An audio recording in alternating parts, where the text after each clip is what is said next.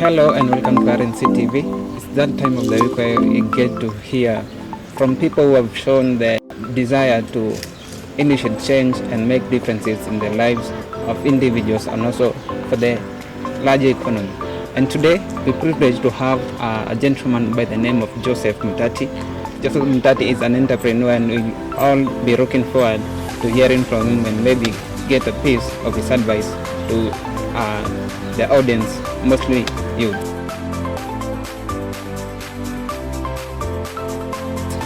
Good morning. Good morning. Karibu sana bwana Mutati. Asante sana. Okay. Maybe we'll start by introducing yourself. Like, you tell us who is Joseph Mutati.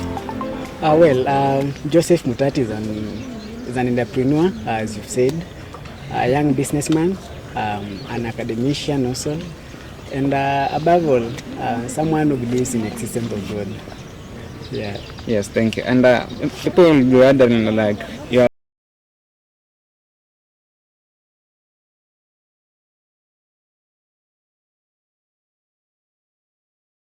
of entrepreneurship. I think this is something which began when I was really at a young age, I guess 13 or 14, but then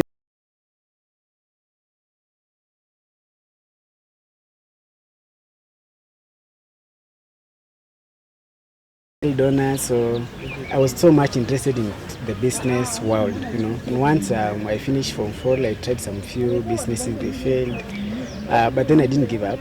So once I joined campus first year, and that's when now I began to see a lot of opportunities, especially in the marketplace. I also saw opportunities in online space.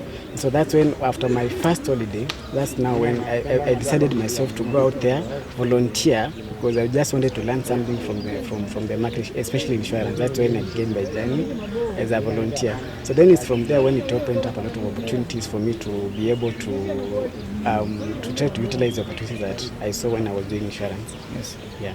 Oh, wow. And maybe I know you have achieved a lot of things so far, but perhaps you tell us, what is that achievement that you say that the greatest achievement ever so far? That's a tricky question. My greatest achievement for now, I think, now apart from the material achievement, I will say both, but one of the greatest achievements that I can say for now is to see people who have trained from a company transition to in the real world, and they begin a living where they have a family, everything is okay, and being where I was and where I am for now, I can see this person coming from an area where they literally have nothing to show, but then seeing whatever the transition that I made through the academy that I have and through my programs, I can see they are successful people in life. So it gives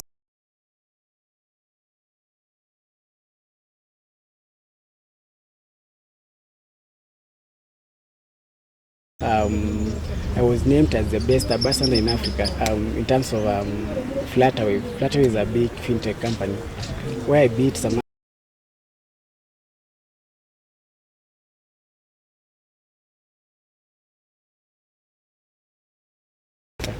Yeah. So would you mind telling us about the contest? How did it begin? How did they arrive at you? They sent a link. There's a friend of mine, and he's my mentor. And by the way, let me shout out to Xavier Luku. He sent a link sometime last year, I think July. It was for application for students. Yes. So we applied.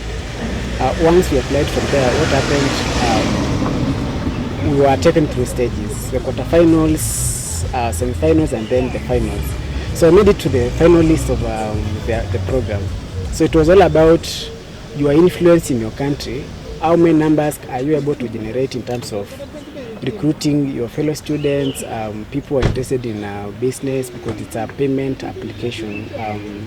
So from there, now that's when I began generating some numbers. Yes. Now, of course, now we are doing this the whole of Africa. We have students coming from University of Pretoria, From South Africa. Yeah, so you see, Nigeria, my friends from Nigeria. So we really earned a lot of people in the program. But then at the end of the day, I was able to gain quite a good number.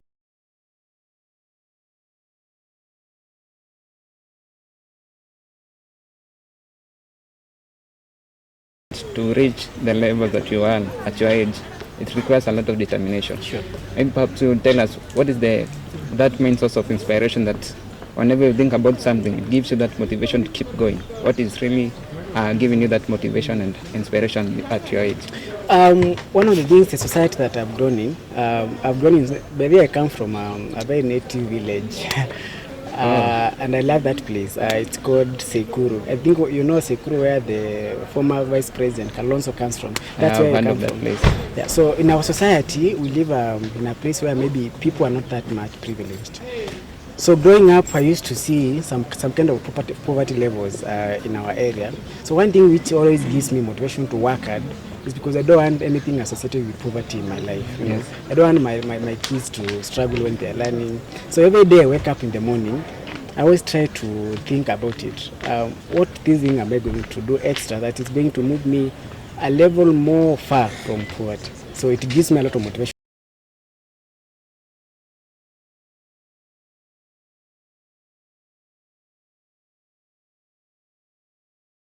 Really low. So yeah, sure. Oh wow, and I must admit that you don't really look like that boy from the village at the moment. And maybe moving on to the next question. Yes. You said you are a student, a 3.2 student. Yes. Maybe you'll tell us how you manage to balance your studies, classwork, and maybe keep your businesses going so that you don't disappoint your clients or maybe people you are supposed to supply goods for. Yeah, you know, to me, being a student is the best opportunity, especially to a business environment. The reason I'm saying this is because you're still learning, you're expanding your mind in terms of classes, and also you have the opportunity to meet new people. You have the opportunity to share ideas with people from different areas of this country. You know, this is very different from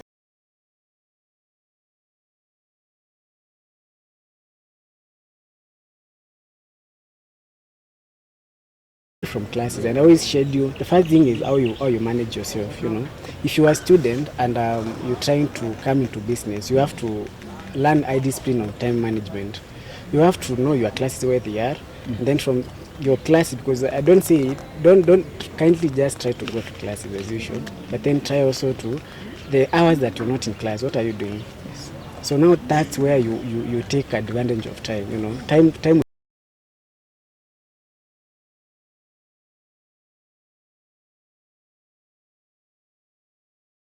To balance all these kind of things. Yes. And the other thing is all about clients. When it comes to client, they don't want to hear the story of you're a student, you're not a student. Yes. What they want to see is performance, you know, which means you don't have any difference with anyone who is out there who is doing work. As long as you deliver the same kind of quality work that the client wants, then you're good to go. Yes. Yeah. Wow. And maybe perhaps you'll tell us how busy is your working days, like from the morning when you wake up. What do you start on? How do you start? It depends, but of course, most of the time I wake up between 5 and 6. That's when I normally wake up, because I also sleep late, because I sleep around 11 or 12. So from there, I think you saw I have a calendar. It's called Calendly, something like that. So I share it with my clients. Maybe if you want to meet me, I will share with you the calendar so that you can book the time that you want to meet. Yes. And also the same, you want to meet with someone.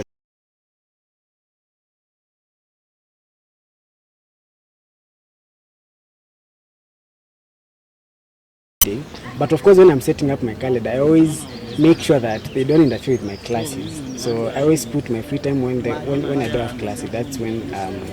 So now from there, I think during the day, I hardly have 2-3 hours when I'm free. If I can get free time in a day, it's maybe 1 hour, 2 hours. But I'm happy because I'm doing what I'm enjoying. Yes. So I can't say I really get tired. No. Yeah. And maybe Joseph, are you that kind of an entrepreneur who only focuses on one particular area of operation, or do you like go around looking for any opportunity? Then if you see it's worth it, you invest? Well, one thing I don't look at, the business world is one venture. Yes. If you are working with you and maybe when you are in the streets, you realize maybe people here are thirsty, they need some kind of a juice, and there is a market gap where maybe we need to identify and maybe sell juice. Yes. We will sell juice. So I always try to look for opportunities, because apart from when you are an entrepreneur,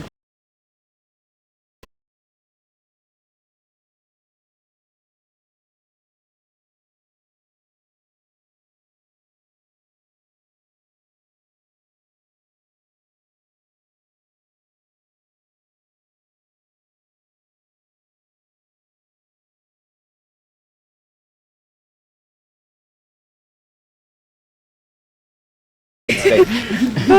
Okay, well, that's 1 decade to come. I'll be the same Joseph Mutati. One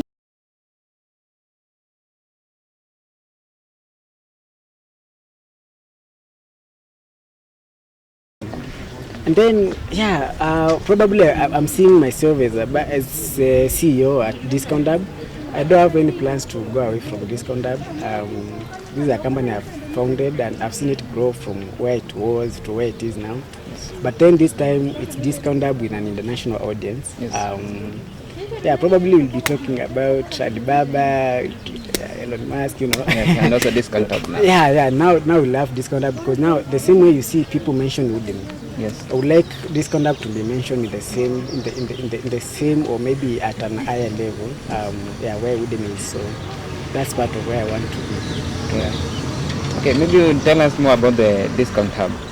What really does this business entail? What do you do, and what are you looking to do in the future? Discondub is it's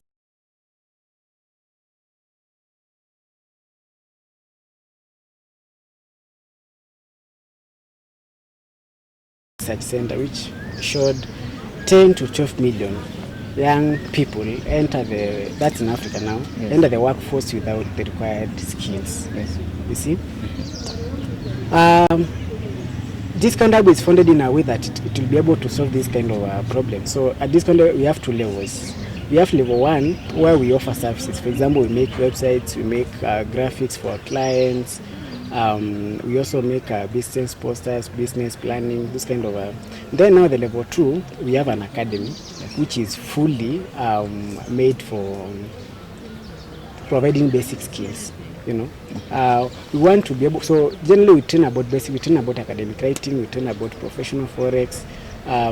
Literally, it's all about how to prepare for an interview, something like that one. So we are looking at a way that we're going to make sure that this number, which is 10 to 12 million youth, is really reduced because it's so disappointing if you're given a job to them by maybe a company, and then the first thing that you do, you just go and mess up the systems, So these are kind of skills that we want to equip young people and our clients as early as when they realize that what we offer, so that you can prepare them for the other transition, you see.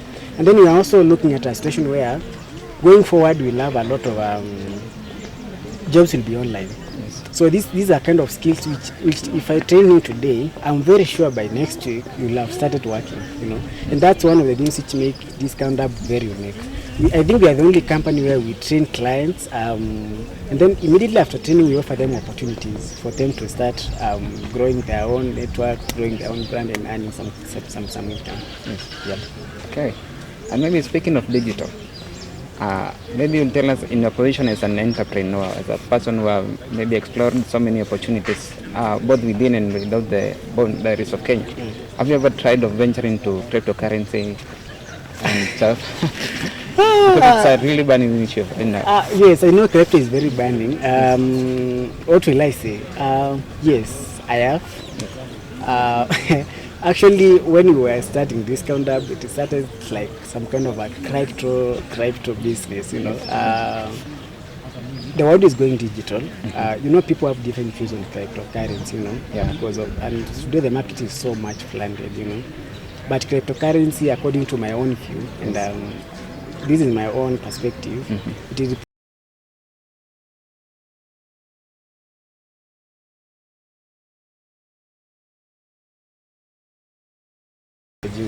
and sometimes I find it so weird that people try to run away from this kind of platforms. The thing that you have to know about cryptocurrency, why is it that there is a lot of force between people are saying crypto is good, crypto is not good? It's because there's been a lot of what do I say, people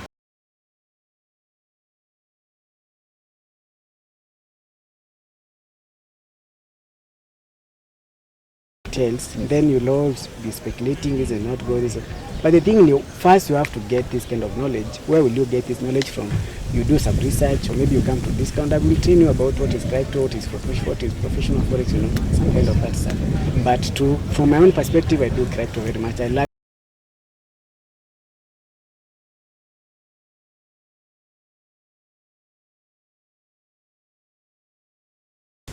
your dream? What's the biggest challenge? Challenges are always there, but the big challenge is people who want just to, I don't know how I'll put it, but you meet a lot of people who don't want to support your dream. Maybe we're telling you, maybe your dream is so small, you know, this kind of people, eh? Yes. They will always try to deject you, and they will always try to put down your idea. These people are all over. You know, they said a lot, but now coming up, I've learned that challenge, and I've accepted it's part of business. You'll not be meeting people who are positive in life. You'll also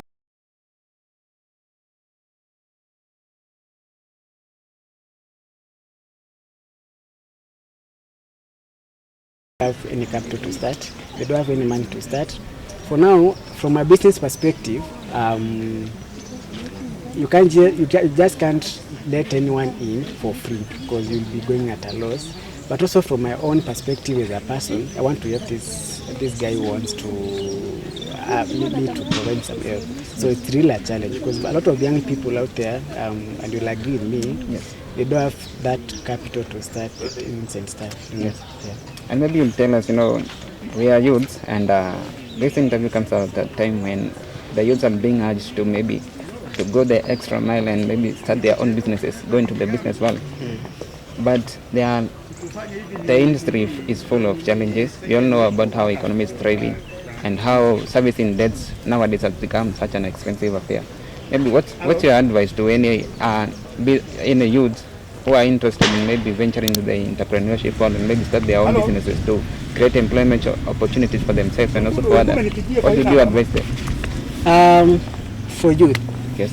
if you have an idea to begin a business, if you have it today, start it today. Don't wait for tomorrow. And don't wait for a lot of funding. Don't wait for a lot of capital. Start where you are.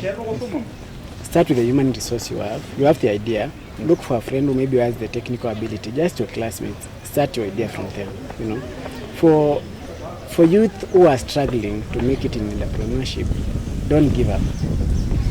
I'm a product of not giving up, because there was a time when my company was making literally 10,000 in a month, and I have some guys, so it wasn't money that could sustain the company, you know. Yes. But through not giving up and being relentless and pushing, you know, that's when now opportunities begin to open up. So any youth beginning to in this business venture, you have to have that mentality that it will not be that simple, especially when you're starting off. It will not be that simple. So you have to push. Number two, you have to look for people who have the same mentality as yours and who are going to support you in your dream. You can't work alone, unfortunately, especially when you're youth, because you don't have the technical ability to maybe to make a website, to do the administrative work, to do business development in it. Yeah. Oh wow! And maybe speaking of not giving up, maybe you tell us what is that attribute that you think is the biggest asset to yourself? That attribute, is it not being like being resilient or something? I'm a go-getter. That's something I know for myself. Yes. If maybe I have an opportunity, if I see an opportunity, I will pursue it to the end. I won't give up. Yes. That's one thing I've also learned, and also like I really learned myself for that, because I'm not that kind of a guy you'll see me giving up easily. So I always go for what I want to get in life, and something which has really helped me in terms of business, because you meet some clients, you want to work with them, but then their services maybe it's a little bit more expensive, you know.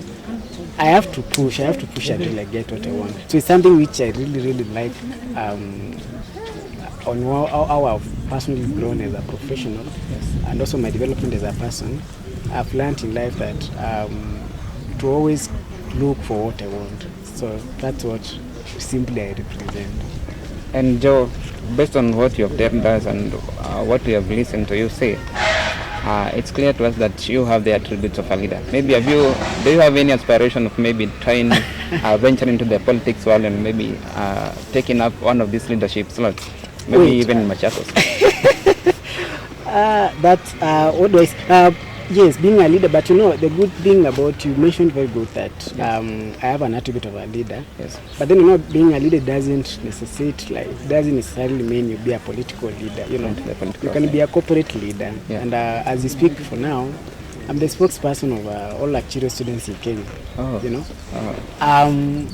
these are things which, you know, it's more of profession because it's based on people who are taking actuarial science, you know. Yes. So I want to be a leader, a corporate leader. Yes. You know, you know about James Mwangi. Yeah.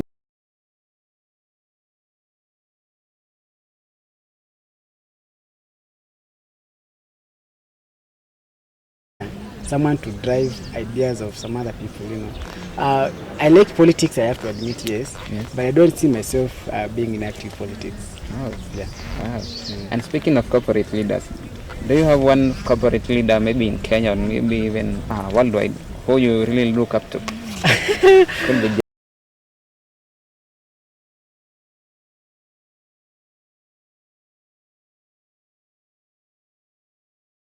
Specific aspects where you have to look, you know. So I will pick this aspect from James Mwangi, I'll pick this one from Degwa, I'll pick this one from the late Bob Colmo, you know. Yes. I really liked Bob Colmo, that's for sure. I will also go for the corporate, the international guys, you know.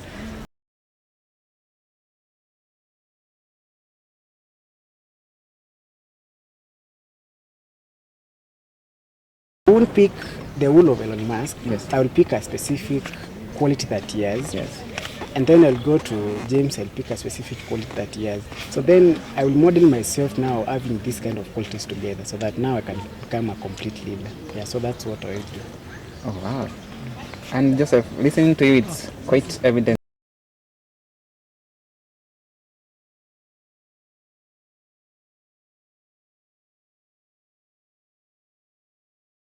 to watch, and do you read? Yeah, I always have free time, for sure. But then I don't call it free time. Yes. It's a time where I use maybe, I do a lot of things when maybe I'm not occupied at that time. So I can't really call it free time. Yes. Yeah, I watch a lot. I watch football. So I love reading new books, novels, you know. Yeah. What is the latest book you read? Um, Or that you are reading? For now, I've been reading a book called, I think if you've done Rich Dad, Poor Dad, Yeah. you know about it. Yeah. It's a book I really like I always Like repeat it. Kiyosaki. Yeah, sure. I always really, you know, it's something, you know, once you fall in love with literature and you start and you begin reading a lot.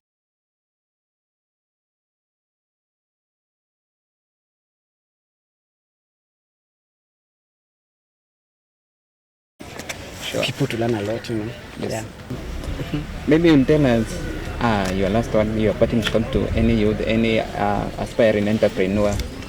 Your camera. To aspiring entrepreneur, one thing I can tell you, never give up in business environment. Never give up. Number two, always look for opportunities. I'll tell you I'll tell you something. Clients will never look for you, and for you to wait for a client to look for you, it's just the same like waiting for a wedding invitation in your own wedding, because it will never happen. So you have to go and look for them. You have to be a go-getter, and remember, never give up. In life, never give up. Oh, wow. You can never wait for an invitation to your wedding, your own wedding. Sure. Those are wise words from one Joseph Mteti. And we thank you so much for honoring our invitation. I appreciate it. We appreciate. You know, you have very many engagements, but making time for us to be able to talk to our audience. We thank you so much. I appreciate and may God bless you. I appreciate it. Thank you.